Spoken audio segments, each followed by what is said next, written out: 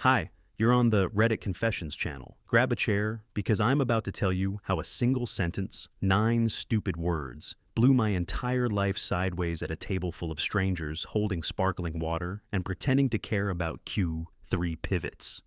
It wasn't a fight. It wasn't even a whisper. It was loud, on purpose, and she wanted me to hear it. The room was dim, all low lighting and clinking glasses, and I was already out of place. You ever wear a jacket you borrowed from your brother and you know everyone can tell? That was me, sitting there, poking at some tiny overpriced mushroom sculpture on a plate, smiling too much because I don't know what to do with my face when people ignore me. Anyway, she was at the far end of the table, technically still my wife at the time. She was surrounded by the execs she's been dying to impress for months. She laughed at all the right moments, touched arms while talking, casually name-dropped a few industry buzzwords like she was auditioning for a promotion. I was background noise. Then it happened.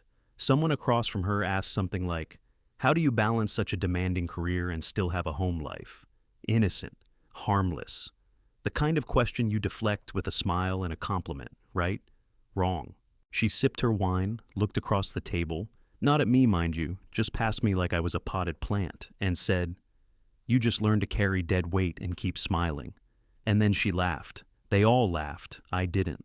Because I was the dead weight. She didn't name me. She didn't have to. The glance, the timing, the slight pause before the punchline, it was calculated. It was cruel. It was public. I didn't say a word. Didn't finish my drink. Didn't even breathe right. I stood up. Pushed my chair back so slow, it squeaked against the floor. I heard someone mumble, "Uh-oh," like this was a sitcom, and I was the walking punchline. And then I left. No coat, no goodbye.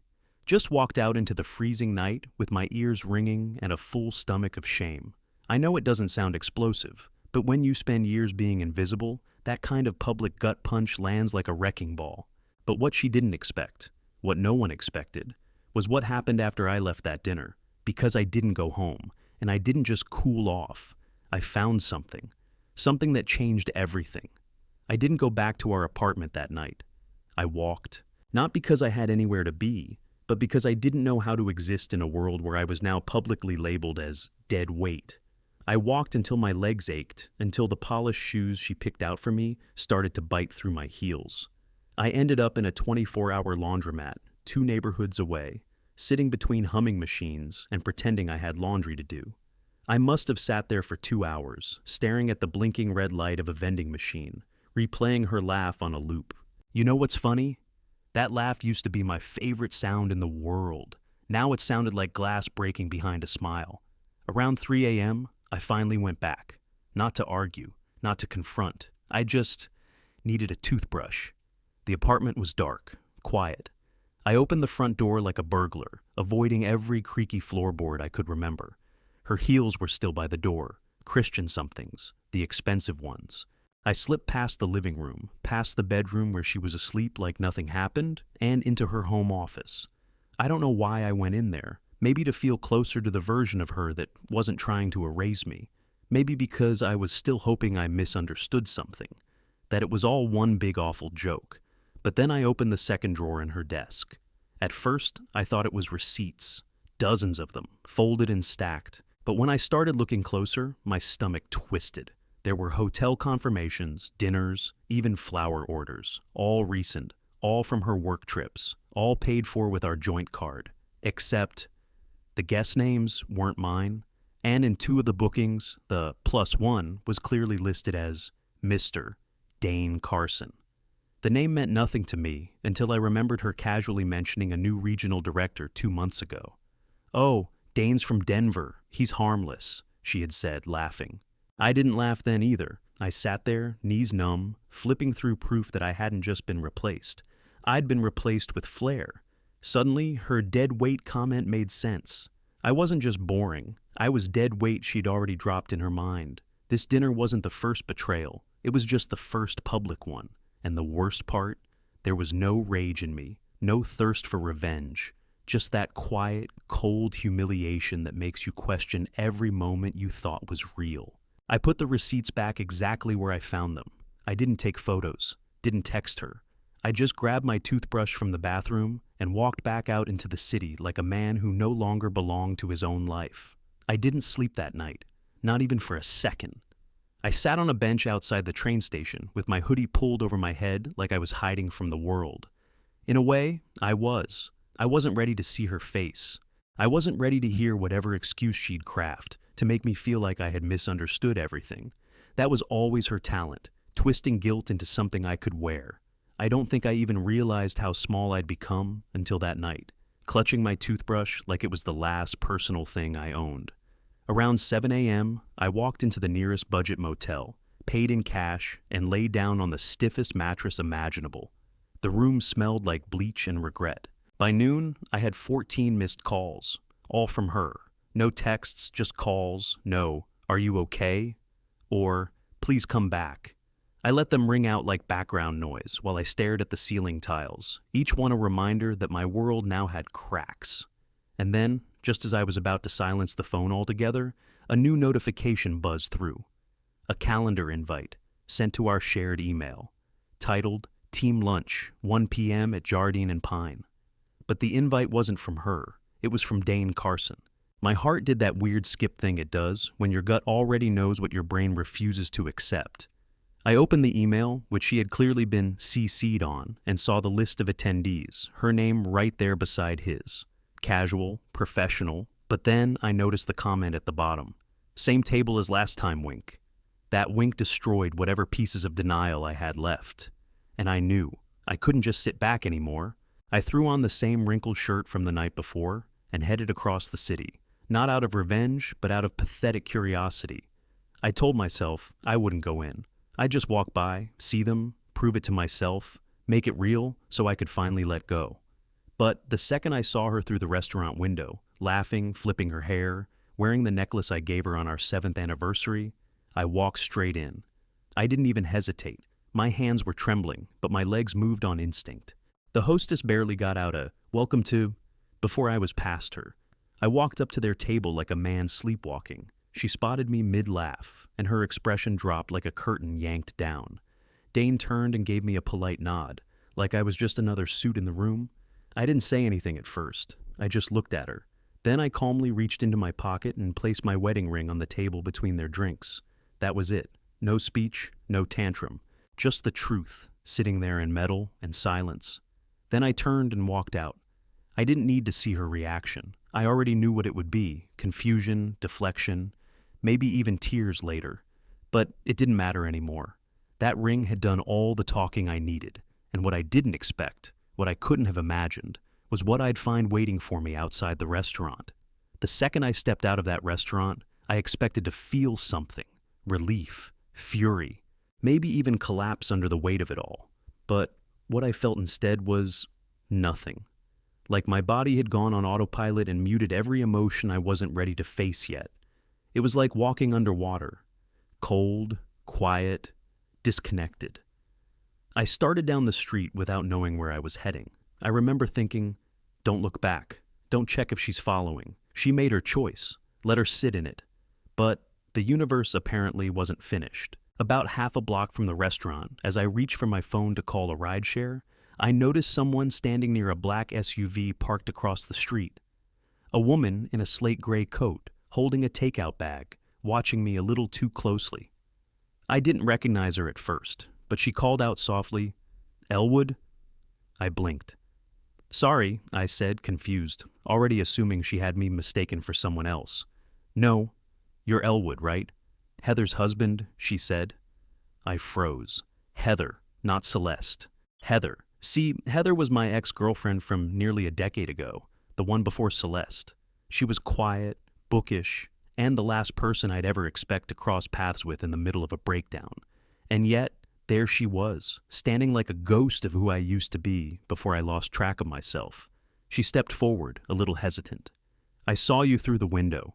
I work upstairs in the co-working space. I wasn't sure if I should say something, but I recognized the look on your face. I don't know what compelled me to nod. Maybe it was the way she said it, like she'd been in that exact same emotional trench once. Maybe it was because I had no one else to talk to who wouldn't twist the story or try to defend Celeste. I stood there silently and she asked gently, "You want to walk for a bit?" so we walked. We didn't talk at first. We just moved down a quiet block lined with bookstores and cafes, our shoes echoing against the concrete. Eventually, she asked if I was okay, and that simple question cracked something in me. I told her everything, not in one dramatic monologue, but in quiet, disjointed sentences. I told her about the dinner, the lines she said, the hotel receipts, the lunch with Dane, and as I spoke, Heather didn't interrupt. She didn't try to fix it. She just listened, and in a strange way that was more healing than anything else. When we got to a small park bench under a tree, she sat beside me and said something I'll never forget. "You spent so many years trying not to be a problem that you forgot you deserved to be someone's person." I didn't cry. I thought I would, but I didn't. I just sat there, stunned that someone remembered I was worth more than the role I had accepted: dead weight, silent partner, emotional doormat. She gave me her number, not romantically, just humanely. "In case you need someone who remembers who you were before all this," she said. I nodded, tucked the piece of paper into my wallet, and we said goodbye. I didn't know it then, but that unexpected encounter would become the spark for something I never saw coming. Because while Celeste thought I was unraveling, something else was happening. I was beginning to rebuild.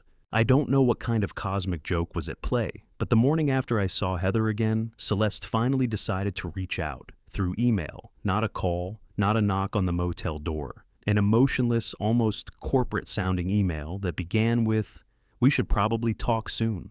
Let me know when you're ready." It read like she was asking for a meeting, not for forgiveness. No apologies, no explanations. Just those 9 words that told me everything I needed to know. She hadn't been worried. She'd just been waiting me out, like she always did. I didn't respond. I went back to the apartment around noon, mostly to grab my things. I had no idea where I was going to live, but I knew I wasn't staying there another night. It was quiet when I stepped inside, the same silence I used to mistake for peace. But this time, it was suffocating. Celeste wasn't home, which was good. I didn't want another performance. I walked to the bedroom, opened my closet, and started stuffing clothes into a duffel bag. That's when I noticed it. The framed photo from our trip to Glacier National Park was gone. Just gone. No broken glass, no frame on the floor, just a clean, empty space on the dresser where we used to keep memories. It felt intentional, like she had started rewriting the past before I'd even finished packing. But what really made me stop, what really hit me, was the envelope taped to my laptop on the desk. Written in her handwriting, it simply said, "Don't overreact." I opened it. Inside were printed screenshots, texts, not hers, mine, old ones from years ago, pulled out of context. Moments when I was venting to a friend, things like, "She makes me feel invisible," or, "I don't know if this marriage is fixable." Things I said during our lowest points. She'd printed them out like evidence for court. At the bottom, she'd scribbled, "You've had one foot out the door for years, Elwood. Don't pretend this is all me." My stomach turned. This wasn't just deflection, this was a preemptive strike. She knew I'd eventually walk, and she had already built her defense. Not for me, for her next narrative. Poor Celeste, abandoned by her anxious, resentful husband. The thought made my hands shake. I left everything but the bag. I was halfway down the hallway when I realized I didn't even have a place to go. I stood by the elevator, staring at the numbers, wondering if I should call a friend, a cousin, anyone. But I didn't. I scrolled instead. Through old messages, through group chats I never participated in, until I landed on the new contact in my phone, Heather. I didn't even hesitate. I texted, "I need a place to breathe. Just for a bit." She replied within seconds, "Come by. I'll make tea." That's how I ended up in a sunlit apartment surrounded by bookshelves, sitting on a cushiony chair with a chipped mug in my hands. Heather didn't ask for details. She just gave me space. Real space. Not the kind where you're being left alone to suffer in silence, but the kind where someone sees you're broken and lets you be broken without judgment. Then, after a long pause, she asked one question. "Do you want to know the truth about Celeste's promotion?" My heart dropped. "I probably shouldn't say anything," she said, fiddling with her cup, "but you deserve to know." That's when I found out this wasn't just about a cruel joke at dinner. It wasn't just emotional betrayal. It went deeper. And Heather, unintentionally or not, was about to give me the first real piece of the puzzle I didn't know I was missing. When Heather said she had something to tell me about Celeste's promotion, I didn't even blink. My stomach had already learned how to absorb shocks like a punching bag by now. I just waited, and when she finally spoke, it was like someone reached back in time and redrew everything I thought I understood about the last 6 months of my life. She said the promotion wasn't organic. Celeste had been fast-tracked after a campaign she didn't actually lead.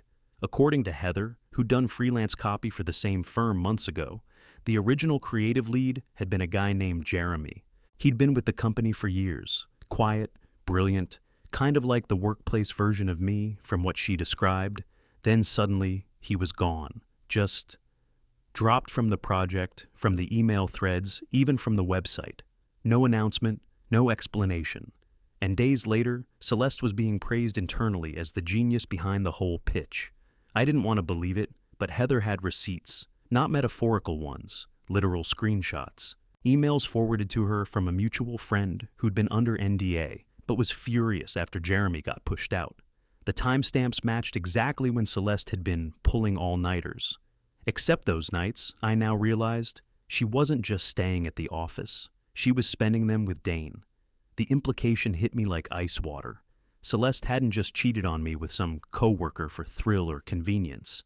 She had leveraged that relationship, used it, clung to it like a stepping stool. Her affair wasn't just betrayal, it was strategy. I sat there in Heather's apartment, gripping the edge of the armrest like I was bracing for turbulence. I could feel my jaw tightening, my throat closing. But the tears never came, not because I was strong, but because I was past the point of crying. I was somewhere else now, somewhere colder. Heather, gently, almost nervously said, "I'm sorry. I debated telling you, but I knew if it were me, I'd want the full picture." I nodded, not because I knew what to say, but because silence was easier than pretending I could process any of it in real time. All those nights Celeste brushed me off, claiming she was too exhausted for dinner, for conversation, for even watching TV together. Those weren't just missed moments. They were covered tracks. Every canceled plan, every late text, every sigh when I asked if she needed anything. Those were rehearsed lines in a play I wasn't even part of. And then something inside me broke free. I stood up suddenly, pacing the small room, while Heather sat quietly, respecting whatever storm I was trying to hold in. And in that moment, I realized I wasn't just mourning my marriage. I was mourning the person I had been while in it. I had spent years playing the quiet, dependable, forgiving partner, the one who never made a scene, the one who always gave the benefit of the doubt. But I had been living next to a stranger, sleeping beside someone who could betray me with such surgical precision that I didn't even know it was happening. Heather walked over and placed her hand on my arm, grounding me. "You don't have to fix this all today," she said, "but don't let her rewrite your story." Not again. That night, I didn't go back to the motel. I stayed on Heather's couch, not because I was trying to restart something old, we were past that, but because for the first time in weeks I felt like I wasn't losing my mind. Like maybe I hadn't imagined the decay, maybe I hadn't been the problem, but I wasn't done yet. Celeste had written the opening line of our ending at that dinner. I was going to write the last one. It didn't take long for Celeste to realize I was no longer willing to play my part in her well-rehearsed drama. I guess she expected me to either vanish quietly or crawl back like I always did. But I didn't do either. I went silent, completely. No texts, no calls, no long-winded emails trying to unpack my emotions like a therapy session she could dismiss with one eye roll. I let the silence speak for me, and to my surprise, it roared louder than anything I'd ever said to her. By the third day, she showed up. Not at the apartment, not even at my office. She came to Heather's. I don't know how she found out, and honestly, I didn't care. There was a sharp knock on the door around noon, and Heather peeked through the peephole before giving me a cautious glance. "It's her," she said, and I could already hear Celeste's voice outside, calm, cold, rehearsed, like always. I opened the door. She didn't look angry, she looked composed, like she was showing up to negotiate a contract. She wore that same beige coat I used to love, the one she paired with red lipstick whenever she wanted to feel powerful. But I saw through it now. I saw the performance, and I was done being the audience. "We need to talk," she said, voice clipped, like she was trying not to raise it. "No," I said. "You need to talk." "I'll listen." She hesitated, maybe thrown off by how still I was.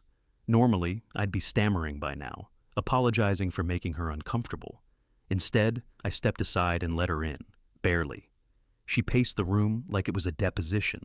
Started with the usual, "I didn't expect you to blow this up," and "You've completely misunderstood things." And my personal favorite, "This could have stayed between us if you'd just been mature." That one made me laugh. I actually laughed, and it scared her. Because I think it was the first time I ever let her see that I wasn't afraid anymore. "I know about Dane," I said, "and Jeremy, and your little stunt with the campaign." Her mouth opened, then shut, and for the first time, I saw it. The crack, the fracture behind the control. I don't know if it was fear or guilt, or the realization that her narrative had collapsed, but it was there. She tried pivoting, of course, claimed it wasn't like that, said Dane helped open doors, and that she never meant for it to go this far. But I didn't bite, not this time. "I would have forgiven you for the affair," I said. "I would have forgiven you for the lying. I've done it before. But you used me. You used my silence, my loyalty. You fed on it like it was a resource." She didn't deny it. That's what stunned me. No defense, no tantrum, just a long, empty stare like she was realizing, for the first time, what she'd actually done. Then, after a long pause, she said something that almost knocked the wind out of me. "I was drowning," she whispered, "and you were just floating beside me. You never pulled me out." I stood there, blinking, and for a second, I almost believed her. Almost. Until I remembered all the nights I sat at the kitchen table waiting for her to come home. All the vacations I planned that got canceled last minute. All the times I asked what was wrong and got a door slammed in my face. "You weren't drowning," I said. "You just hated that I wasn't sinking with you." She said nothing. I handed her a small manila envelope with my name scratched off our lease. I'd removed myself officially. My lawyer friend helped me draft the paperwork. I didn't need her signature. I just needed her to see I was finished. She left without another word. I closed the door, not with anger, not with relief, just quiet. That night, I didn't sleep on Heather's couch. I took a walk through my old neighborhood instead. Past the diner we never visited. The bookstore she thought was too boring. The life I used to imagine with her. And I realized something strange. The grief was gone. And in its place was something stronger. Not rage, not pride. Something quieter. Clarity. They say rebuilding starts with something small. A cup of coffee in a place you used to avoid. A new playlist that doesn't remind you of anyone. A silence that no longer feels like a punishment. For me, it started with a plant. A little cactus. Heather gave me the day I moved into my own apartment. "Low maintenance," she said with a smile. "Like peace and sanity should be." It had been 4 months since I last saw Celeste in person. She tried texting me twice, once to ask if I'd calmed down, and once to tell me she'd been promoted again. I didn't respond to either. Not because I was bitter, but because I had finally reached a place where her voice no longer echoed in my decisions. I didn't need closure. I just needed distance. Heather and I didn't turn romantic. I know that's the twist people usually expect in these stories, but life doesn't always follow Hollywood blueprints. We became friends again. The kind of friends who can sit in silence, read separate books, and still feel connected. She was there when I signed my lease, when I built my first piece of furniture without crying, and when I bought my own groceries and realized no one was going to criticize my cereal choices. I started therapy. It was awkward at first. I didn't know how to talk about myself without apologizing every 3 sentences. But somewhere along the way, I began to hear my own voice clearly for the first time. I wasn't just a side character in someone else's spotlight anymore. I was the narrator now. I also got a promotion, not handed through whispers and hotel dinners, but earned. My manager said something that stuck with me. "You've always had the talent. You just stopped shrinking." And maybe that's the real story here. Not about betrayal or revenge or dramatic exits, but about the quiet decision to stop shrinking to fit into someone else's narrative. The cactus? Still alive. Thriving, actually. Just like me. So if you've made it this far, thank you. Seriously. Not just for reading, but for reminding me that sometimes telling your story is the bravest step forward. Celeste once said I was dead weight, but now I understand something she never did. I wasn't dragging her down. I was holding everything together. She let go, and I learned how to rise. That's the end of this confession. But we want to hear from you. What's a historical event where someone made an unexpected comeback or found strength after being written off? Let us know in the comments below. You're on Reddit Confessions. Thanks for watching, and don't forget to subscribe for more true stories that reveal what really happens behind closed doors.